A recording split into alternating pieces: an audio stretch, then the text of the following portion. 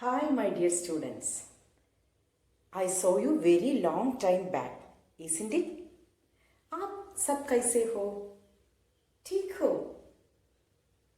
चलो, आपको पिछली पाठ अधूरा नामक पाठ कैसे लगे? अच्छे लगे? ठीक है। मैं आज आपको एक कविता सिखाती हूँ। कविता का नाम है कोशिश करने वालों की हार नहीं होती। ये कविता का शीर्षक है। शीर्षक मतलब क्या है? Heading. The heading of this poem is कोशिश करने वालों की हार नहीं होती। कोशिश करना मतलब क्या है? कोशिश means to attempt, try for something. मैं आपको एक वीडियो दिखाती हूँ, ध्यान से देखिए। नाम की औरत रहा करती थी। वो बहुत ही गरीब थी, किराए के घर में रहती थी। उसके पति को गुजरे 2 साल हो गए थे। उसे एक लड़का भी था, उसका नाम था राजेश। वो पढ़ाई में बहुत ही होशियार था। पति के गुजरने के बाद घर चलने की सारी जिम्मेदारी सखुबाई के कंधों पर आई थी। साथ में राजेश की पढ़ाई का बोझ भी था। सखुबाई हमेशा सोचती कि उसका बेटा एक दिन बड़ा अफसर बने। सखुबाई जब काम करती तो राजेश भी उसके साथ जाता। सखुबाई लोगों के घर जाकर बर्तन मांजती तो कहीं खाना बना देती, तो राजेश बैठे बैठे लोगों के घर आए अखबार को बड़े ध्यान से पढ़ता। एक दिन जब राजेश अखबार पढ़ने लगा तो एक मालकिन ने बड़ी गुस्से से कहा, अरे राजेश, अखबार पढ़ के क्या तू बड़ा अफसर बन जाएगा? इससे अच्छा तो माँ के काम में हाथ बटा, कम से कम उसे कुछ मदद तो हो जाएगी। इस पर राजेश बोला, मालकिन, मुझे बड़ा अफसर बनना है, कलेक्टर बनना है। हम किताबें नहीं ले सकते, इसलिए ज्यादा ज्ञान के लिए मैं अखबार पढ़ता हूँ। मालकिन बोली, तुम और कलेक्टर?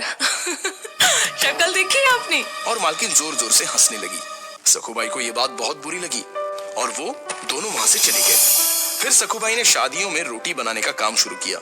वो अकेली ही 15-20 किलो की रोटियां बनाती थी। इसके लिए वो सुबह 3 बजे ही अपना काम शुरू कर देती थी। उसके साथ राजेश भी उठता था और माँ को मदद करके अपनी पढ़ाई करता था। एक दिन अचानक मकान मालिक उनके पास आए और बोले, क्या सखुबाई, तुम और तुम्हारा बेटा 3 बजे ही उठ जाते हो और ये लाइट जलाते हो?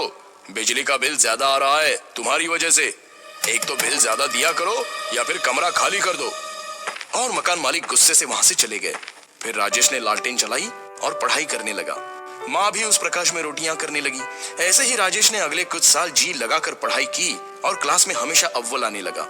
राजेश की लगन देखकर अगली पढ़ाई के लिए उसके गुरुजी ने उसे दिल्ली जाने की सलाह दी और खुद खर्चा उठाने की जिम्मेदारी ली। राजेश तो 22 साल का हो गया था। फिर क्या था, राजेश दिल्ली चला गया और वहां खूब पढ़ाई की। वो घंटों लाइब्रेरी में किताबें पढ़ता रहता।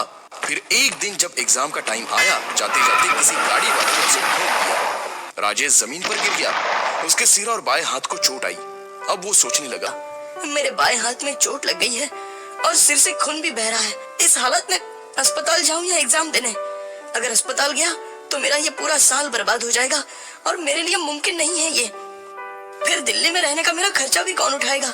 मेरे सिर्फ बाएं हाथ पर चोट लगी है, पर दायां हाथ तो अभी अच्छा है। मैं इस हाथ से एग्जाम दूंगा। और फिर राजेश वहां से सीधा परीक्षा केंद्र गया और परीक्षा दी। परीक्षा देने के बाद राजेश अस्पताल में भर्ती हुआ और इलाज करवाया। राजेश ने अस्पताल में भी पढ़ाई जारी रखी और इंटरव्यू अटेंड किया। फिर कुछ दिन के लिए राजेश माँ के पास गांव वापस चला गया।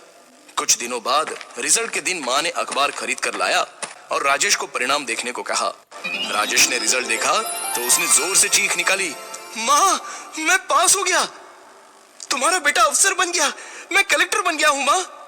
ये सुनते ही माँ की आंखों से आंसू आ गए और वो दोनों रोने लगे। तो दोस्तों, क्या समझे इस कहानी से कि हमें हमेशा अपना लक्ष्य प्राप्त करने के लिए मेहनत करनी चाहिए। दुनिया चाहे हम पर हंसे या मजाक उड़ाए, लेकिन हमेशा अपने लक्ष्य का पीछा करना चाहिए। कामयाबी जरूर मिलती है।